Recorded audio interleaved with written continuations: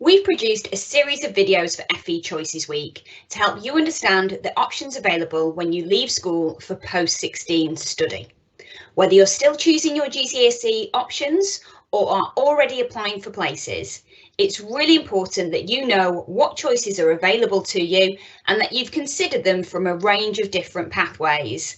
That way, you know you've made an informed decision, but you also know what the alternatives are if things don't go according to plan. There are so many different training and further education pathways available, and lots of different routes to achieving the same end career goal. Start researching, asking questions, and having conversations now with friends, family, teachers, and careers advisors. Our videos contain all the information you need to understand the difference between one pathway and another, the entry requirements, learning environments, career prospects, and important things you should consider before deciding what comes next. There's also a range of resources available on our website, from PowerPoint slides to use at home or at school to prompt conversations, to career planners, pathway evaluation tools and skills builders to support your own research and help you think about the right next steps for you. Today we're going to focus on apprenticeships and traineeships, as well as covering supported apprenticeships too, covering what they are, study methods, course delivery, the benefits of each and the differences between them, and what happens next after completing an apprenticeship, supported apprenticeship or traineeship. So first up, we're going to start with apprenticeships. An apprenticeship is a work-based programme. The definition of an apprentice is a person who is learning to trade from a skilled employer, having agreed to work for a fixed period at low wages. Now, apprenticeships have been around for centuries. In the Middle Ages, parents of upper-class families would send their children away to live with a host family, and this tradition transitioned into the Tudor period, where essentially apprenticeships were a servant-master arrangement, with the young apprentice being taught skills, as well as being looked after in terms of welfare by the instructor. There were no exams or national standards, and apprentices could study under a master for many years. The first idea of having national standards and defined lengths of study that all apprentices would adhere to was introduced in 1563, when the Statute of Artificers stated that apprenticeships would last a maximum of 7 years and each master would have no more than 3 apprentices at any one time. The later Industrial Revolution and consideration of legal reforms, which looked at child labour and health and safety, meant that this act was repealed. As developments in industry saw new technologies emerge in engineering, shipbuilding, plumbing and electricity, apprenticeships continued to adapt and keep pace. The Commons Library states that there were approximately 340,000 apprentices in the years of the early 1900s, and by the 1960s, a third of boys leaving school went on to be apprentices. The modern apprenticeships, which you can apply to today, are the result of the reforms in the early 1990s. The ancient tradition of learning a trade from a skilled employer is still alive, and if you choose to pursue this pathway, you'll be following in the footsteps of centuries of young people who, like you, have wanted to earn a wage whilst learning a skilled trade. The most popular sectors today for modern apprenticeships include business, administration and law, public services and care, health, retail and commercial enterprise, engineering and manufacturing technologies, and construction, planning and the built environment. The main difference between an apprenticeship and other qualifications is that they are very accessible to people of any age. Whilst they're completely free for those aged 16 to 24, if you are older than this, you might be asked to contribute to the cost of the training element. If you are considering applying to apprenticeship, there are some things that you should consider. As with any options post-16, there will be certain entry requirements or eligibility criteria you'll need to meet. There's a general rule of thumb that you can use to see whether you might meet the standards, and that is to be able to demonstrate whether you've successfully studied the level 1 below the one that you're applying for. So for a level 3 apprenticeship, you will generally see employers advertising for applicants to have 4 or 5 GCSE passes, grades 9 to 4, that's A star to C, including maths and English or the equivalent. If you've studied BTECs at school, you can ask your teachers to explain more about how they equate to a GCSE. A GCSE is a level 2 qualification, but there are equivalents which may include functional skills or BTECs, and they will count towards those 4 or 5 GCSE pass requirements. Remember that these are guidelines and that it may still be possible for you to successfully apply even if you don't meet all of the entry requirements, as you may be able to resit a GCSE or functional skill alongside your apprenticeship, but it will depend on the provider. It's always worth asking, even if you don't have the necessary qualifications. Providers are there to help. And even if they can't offer you a place immediately, they can signpost you to the best options to get you where you want to go, such as a level 2 apprenticeship or a traineeship or a study programme stepping stone. The length of an apprenticeship depends on the level of qualification you'll be completing. So you can expect a degree level apprenticeship, which is a 5+, to be a longer commitment than a level 2 GCSE equivalent. If you are aged between 16 and 18, then any apprenticeship you undertake needs to be a minimum of 12 months long. With any apprenticeship, you'll be studying and working at the same time. This is entry into the world of work with all the expectations that an employer has. Apprenticeships don't have half terms, inset days or summer holidays. 80% of your weekly hours will be with the employer learning on the job, and 20% will be off the job, studying towards the vocational or technical qualifications which your employer has selected to support your career progression. This 20% might be 1 day a week or a block of intensive hours, or split over the week as hours during your working day. You'll be working towards the same qualification that other students might be studying in college without working, and you'll need to be organised and motivated to study independently and complete your assignments on time. Your employer will choose how that 20% is delivered, so you may find that your tutor comes to your workplace to give you advice and support to complete your qualification, or you may attend a college campus with other students or apprentices. One of the questions to ask when applying is how your employer will support you to achieve those qualifications. As you're employed, you will also be expected to abide by your contract and employment laws, following the policies and procedures for requesting holiday and reporting sickness, for example. Your employer will give you the same rights and benefits as other employees who aren't apprentices, such as holiday pay at least 20 days per year, sick pay, maternity or paternity leave and pay, childcare vouchers or benefit scheme, cycle to work scheme, and any other rights such as paying into a workplace pension. As with any pathway you take after leaving school, there'll be an element of preparing you for adult life and building your independence so that you are confident and happy to take the next steps. Apprenticeships will teach you to be organised and responsible and develop the softer skills that employers look for, such as problem solving, communicating with others, timekeeping, and being proactive. As you'll receive a wage, you'll need to open a bank account, know your national insurance number, learn to manage your money and read a pay slip, check your tax and national insurance contributions, and understand when and how you can contribute towards a workplace pension. Now, there are lots of resources available to help you to do all of these activities. And remember, nobody expects you to know how to do all of these things straight away. So don't be afraid to ask questions or for help when you need it. You may have already talked about the national minimum wage and be aware of what the rate is for your age, but did you know that there's also a national minimum apprenticeship wage and that this differs from the national minimum wage? The minimum apprenticeship wage depends on your age and the year of your study. So for 16 to 18-year-olds in their first year of study, the minimum hourly pay is £4.30 per hour. The most important thing to think about and keep in mind when you are making your choices is to think about what you will do afterwards. You've been at school for a long time and will have had very little choice so far in where you go or how you study, so the choices now can feel a little overwhelming. The next steps you take will be short compared to what's come before. You'll have spent years building up to GCSEs or level 2 qualifications, but your next steps will come quickly. Almost as soon as you've made the choice about what to do after school, people will start asking you about what you want to do after that. You don't have to have your whole life mapped out. Some of you will have definite goals, others will have no idea, but rest assured this is all completely normal. After apprenticeships, the next logical step is to continue into employment or another apprenticeship at a higher level, a level 4, but this isn't your only option. If you've undertaken a level 3 qualification with your apprenticeship, it will convert into what are called UCAS points.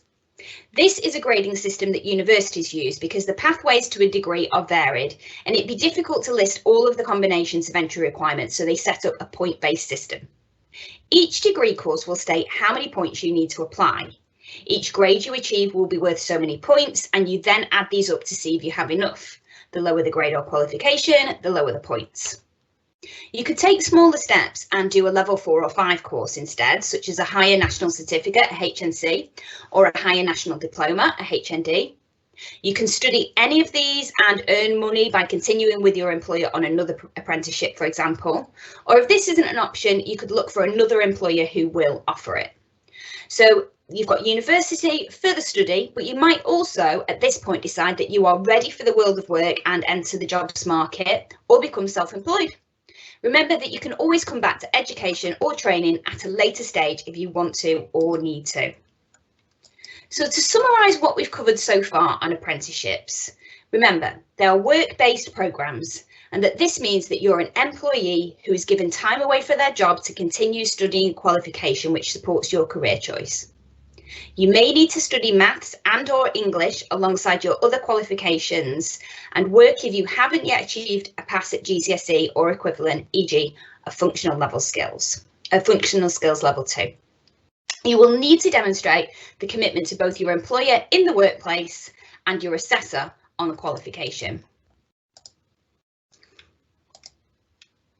In order to complete your apprenticeship, you will also need to pass what is called an end place assessment.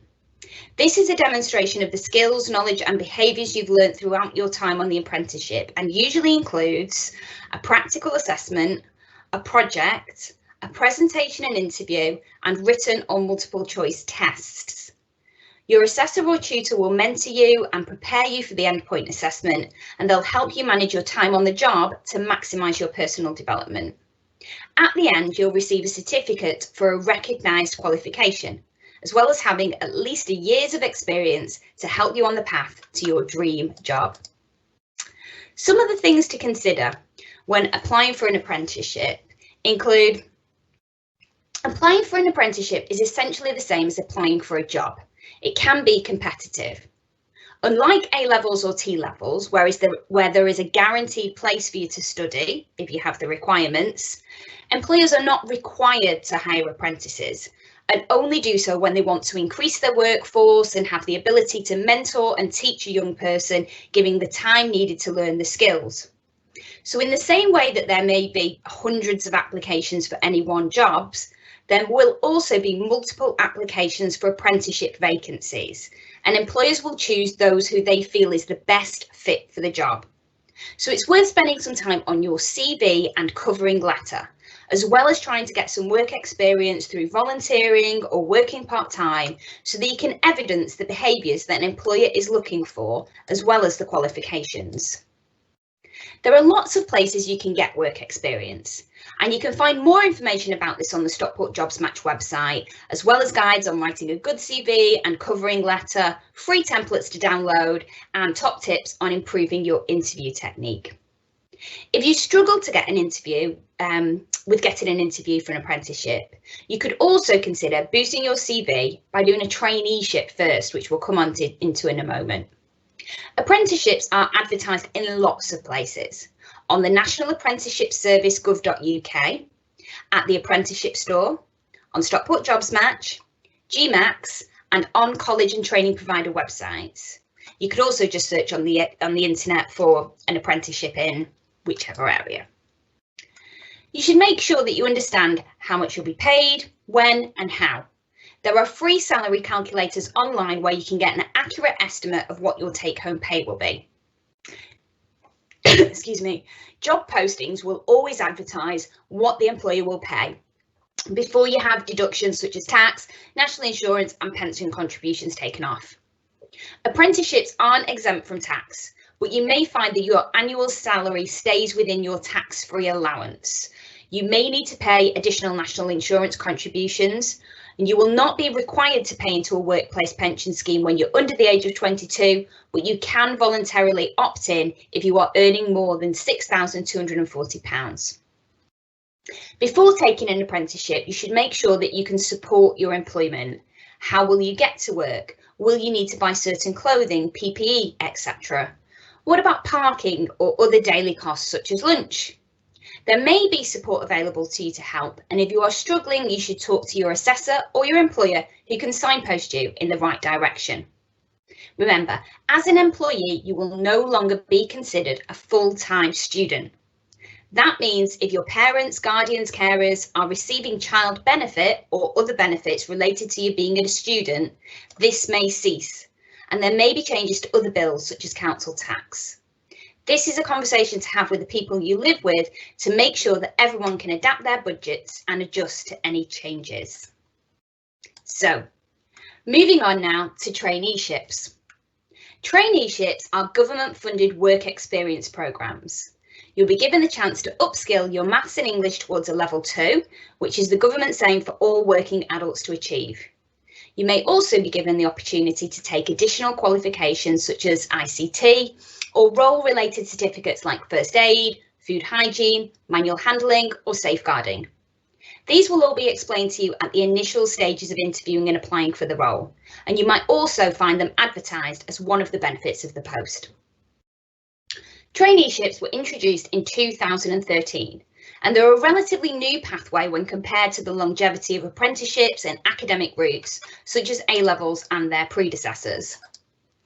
They're free to all young people who are eligible and aimed at 16 to 24-year-olds who are looking to enter the workforce on either an apprenticeship or job within 6 months of starting a traineeship. As there is no specific qualification framework that must be undertaken, they are in essence an unlimited number of roles that you can do a traineeship in. Employers will talk with a training provider to agree a work placement and a list of skills that they will teach each trainee, so as long as the training provider, employer and young person agree to the work experience description, then a role can be created. The training provider is involved to make sure that the work experience placement meets the standards the government expects to qualify as a traineeship. They'll ensure that the place of work is safe and that the employer is providing a high quality work placement where you will develop the skills and confidence you need. The training provider will also help you by providing any courses you need, as well as work preparation activities and progression support. Now, progression is the term used for whatever you aim to do after your traineeship, and this might be a number of pathways. It's the provider's responsibility to prepare you for your chosen career and ensure you have the best opportunity to succeed. You need to be at least 16 years old to apply for a traineeship and looking to enter employment. Other than that, the entry requirements are really flexible. Employers might specify, as with a job or an apprenticeship, additional criteria based on their needs, such as being 18 to operate power tools in the workforce, having no criminal convictions so that you can apply for a DBS. That's a background check, which lets employers know there's nothing on your criminal record that would mean that you're an increased risk, or for working with vulnerable people, for example. Certain jobs require this, such as care assistant, youth worker, police, cabin crew, childminder, support worker, etc. Other eligibility criteria for a traineeship are that you should not have lots of work experience already, which is unlikely that you will, or have any qualification above a level 3, equivalent to an A-level. Now, this is correct as of May 2021. However, this is one of the changes the government has made in relation to helping young people gain employment as a result of COVID-19. Under pre-coronavirus conditions, you were not eligible for a traineeship if you had achieved a level 3. So please do check on the government's website. Now, a traineeship is primarily a work preparation programme, as the core element is your work experience. You'll spend most of the time in the workplace. Your hours and days will be agreed with your employer interview stage, and these are very flexible and can be changed at any time as long as all 3 parties agree. Unlike an apprenticeship, you aren't an employee and you won't be entitled to a wage for the hours that you complete. You might be entitled to a bursary to help you with your costs and may be able to claim some benefits at the same time. If you're struggling, remember to ask for help. Your provider or employer can signpost you. The minimum requirement is for you to complete 6 weeks and 70 hours of work experience, but this may change again as it is a change to the traineeship delivery as a result of COVID-19. The previous minimum requirement was 12 weeks. You should also bear in mind if you need to complete any maths or English, it might take longer than 6 weeks to do this. Alongside your work experience, you will be provided with work preparation sessions or employability lessons to increase your chances of progressing successfully onto employment on completion of the traineeship or to go on to an apprenticeship, for example. As a trainee, you'll be classed as being in full-time education, so your parents or guardians or carers may be able to claim child benefit and other entitlements in the normal way. So in summary, a traineeship comprises work experience, where you'll be able to develop the skills under the mentorship of an employer, and you'll receive feedback and a guaranteed interview. This is for a job vacancy. An apprenticeship, or if neither exists with the employer when your traineeship ends, an exit interview, feedback and reference. So what makes up a traineeship? You'll receive the work preparation sessions. Let's just go back a second. You'll receive the work preparation sessions, which might include short sector related courses with or without certificates, such as first aid or health and safety. If required to do this, you will also have maths, English or ICT lessons and will have the opportunity to sit for exams or as part of another qualification. So why should you choose a traineeship? Well, traineeships might be a good option for you if you know what you want to progress into employment or an apprenticeship, but want to build your confidence and skills first. It enables you to try a role before making the commitment of an apprenticeship or job, and will give your CV and application the advantage of having real life experience and an employer reference that you can use. If you need to improve your maths and English grades to help you to help your apprenticeship applications, then a traineeship is a really quick route to do this whilst also gaining work skills. Like an apprenticeship, traineeships are available all year round and they aren't tied to academic calendars. So if college wasn't for you and you changed your mind, or it's during the summer break, a traineeship might help give you time and experience to consider your next steps. So what happens next after completing a traineeship? Well, you might go on to an apprenticeship, possibly with the same employer who offered you a traineeship. Your time on a traineeship might have influenced your career plan, and you might now decide to go back into further education, determined to achieve qualifications and pursue a role linked to your work experience. Or a third option might be to start work. So your traineeship might offer you a job, or you could use the skills, interview practice and progression support to find alternative work. There is also the less travelled path of becoming self-employed, and if this is something you're curious about, the Prince's Trust has a history of helping young people set up a successful business.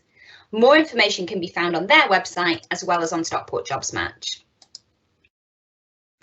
Things that you should consider about whether a traineeship is right for you will depend on your career plans. So remember to plan ahead and ensure you have at least 2 options for each stage. If you're undecided at any stage, this is perfectly normal and nothing to feel anxious about. Keep your choices broad so that your options remain open. In other words, unless you are certain that a job is the perfect job for you, choose subjects and courses which will springboard you onto several different jobs. Study general subjects that interest you rather than specific ones which close doors early. A useful piece of advice is to get to know yourself as well as you can. Reflect on your strengths and weaknesses and identify what are called transferable skills. These are the important things that employers will want to know about. The most successful people at interview are those that know themselves and can confidently describe their strengths and attributes to an employer. The next level is to be able to demonstrate these by giving examples. E.g., a transferable skill is being able to identify and solve problems. You can learn this from playing with siblings, working on a project, building a model. You can write this on your personal statement and may cite it as a strength when asked at an interview. But if you can go the extra step and give examples of how and where you have used this skill in different scenarios, you'll really get the employer's attention. When applying for positions, think about what skills you will need to do for the job and which ones you already have. As with apprenticeships, you can find traineeships advertised on the gov.uk website, on Stockport Jobs Match and training provider websites. Remember to carefully read the description so you know whether it is suitable or not. Don't be tempted to apply for everything that you find. Finally, we come on to supported internships. A supported internship is a course designed for people aged 16 to 25 who have an educational healthcare plan, an EHC or EHCP, or Statement of Special Education Needs, SEN.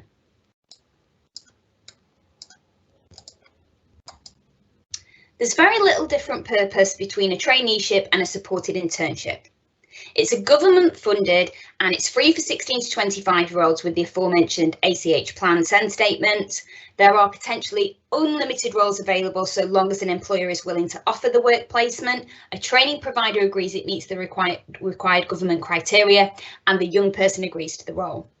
The key difference is that there are those work experience programs with additional these are work experience programs with additional support for young people who might require it. A young person undertaking a supported internship is expected to need a higher level of support, often offered as one-to-one job coaching or smaller classes or additional one-to-one support for the non-workplace element. They are normally longer in duration than a traineeship. There are no entry or completion requirements for a supported internship. Each programme is designed around the individual with the aim of progressing onto an employment or into an apprenticeship.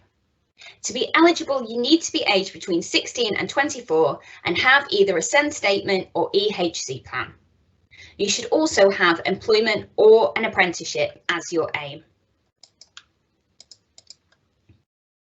As with a traineeship and an apprenticeship, you will spend a lot of your programme on a work placement developing your skills and confidence. To enable you to take full advantage of the opportunity, you'll have the support of a job coach, as well as possibly learning support staff, personal care staff, and any other specific expertise professionals, such as a communication support worker, travel trainer, counsellor, etc. Whilst on a supported internship, you may also be eligible for assistance through access to work funding. In terms of delivery, you'll need to attend college or a classroom environment to complete off-the-job training, including, as with traineeship, workplace preparation sessions, such as CV writing workshops and interview techniques, maths and English, as well as job-specific skills which may or may not be accredited. Accreditation means that the course you complete has a set standard that must be achieved to gain a pass and a certificate. As part of your supported internship, your training provider or college may provide vocational qualifications at entry level or higher. For example, an award in health and safety in a construction environment. Supported internships are usually a year long, with work placement of at least 6 months included. As with a traineeship, the work experience is unpaid, and there is flexibility around how and when you will complete your hours. So as with traineeships, there are several elements to a supported internship. You'll need to complete a work placement as well as attend work preparation sessions.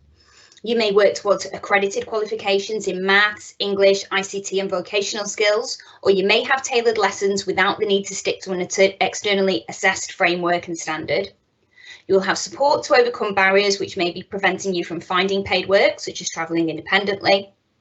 Unlike an apprenticeship, there are no completion requirements such as an endpoint assessment, and it's possible for you to complete your supported internship earlier than the planned day if you are offered a paid work or apprenticeship sooner. The benefits of a supported internship come from the confidence that you'll gain by having real life experience and developing the skills you need. You'll build your CV and have an advantage over other candidates, as well as getting practical advice and support from a range of people, including dedicated help finding work. On completing a supported internship, the aim is to secure either paid employment or an apprenticeship. However, as with a traineeship, your experience in the workplace may have changed your career goals, and you may want to return to education to study further before re-entering the jobs market with higher qualifications. There's lots of things to consider when mapping out your career path. As with any young person, whether they have a SEND statement, EHC plan or not, it's important to arm yourself with as much information as possible. Ask lots of questions, visit the campuses and meet the job coaches, tutors and support staff so you can gauge the right choice for you. Post-16 choices are all about building independence and confidence and preparing you for adulthood. It's okay to change your mind and/or your direction. Take your time to make decisions so you don't start to doubt your ability to do so. Make sure you know what you're entitled to in terms of benefits and bursary. Ask about previous interns and what they've gone on to do. Ask what happens if your supported internship ends and you don't have a job or apprenticeship. That's everything for today. I hope you found this module interesting and informative, but remember, this is just the starting point. There's lots more information that's available on the Stockport Jobs Match website, where you can find career guides, employer videos and resources to help you plan out your career path. The GMAX website also has lots of resources that you can use, and you can always email your questions to us at info@stockport-jobsmatch.co.uk.